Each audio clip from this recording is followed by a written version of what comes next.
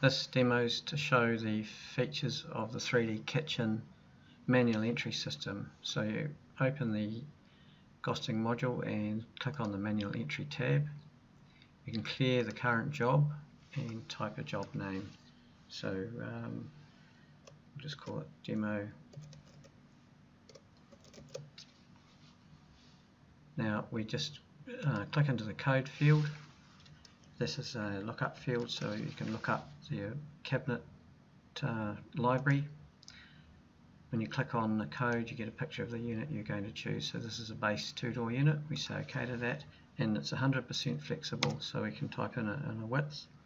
So I'll say 750 by 720 high, 580 deep, and then just click on the below that to enter the next code.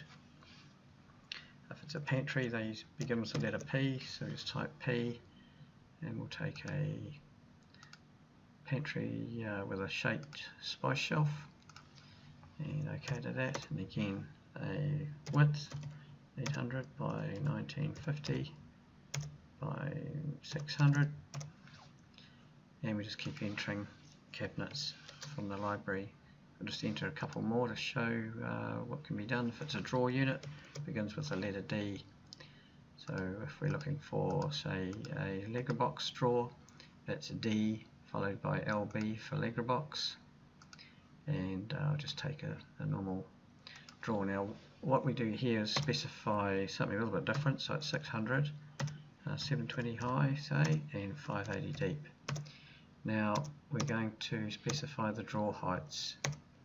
So we start with the drawer height 1, which is the second drawer up.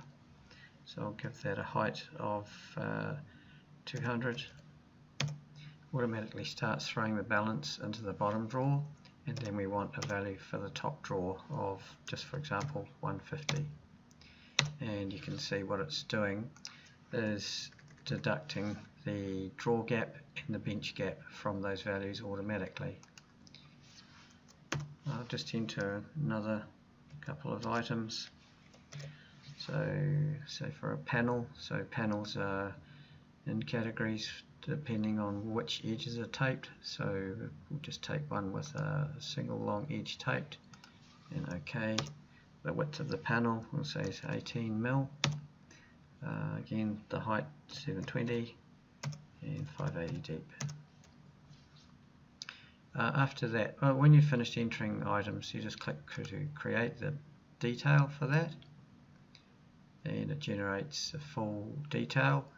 Click to define the edge details, which then goes through and makes modifications to panels depending on what edging thickness they have on them.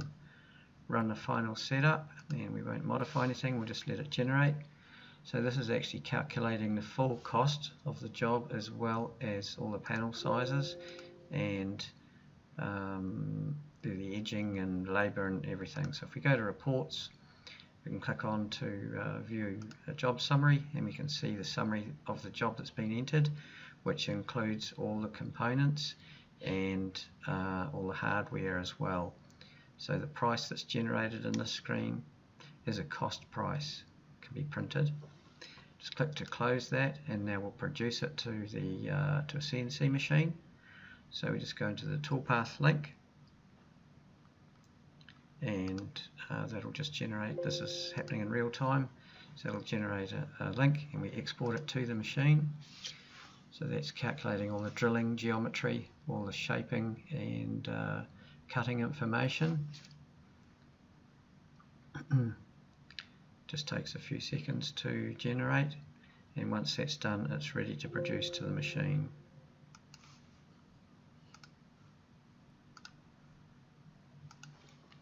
So we locate the job and add it into the machine processor, and then just simply process the job.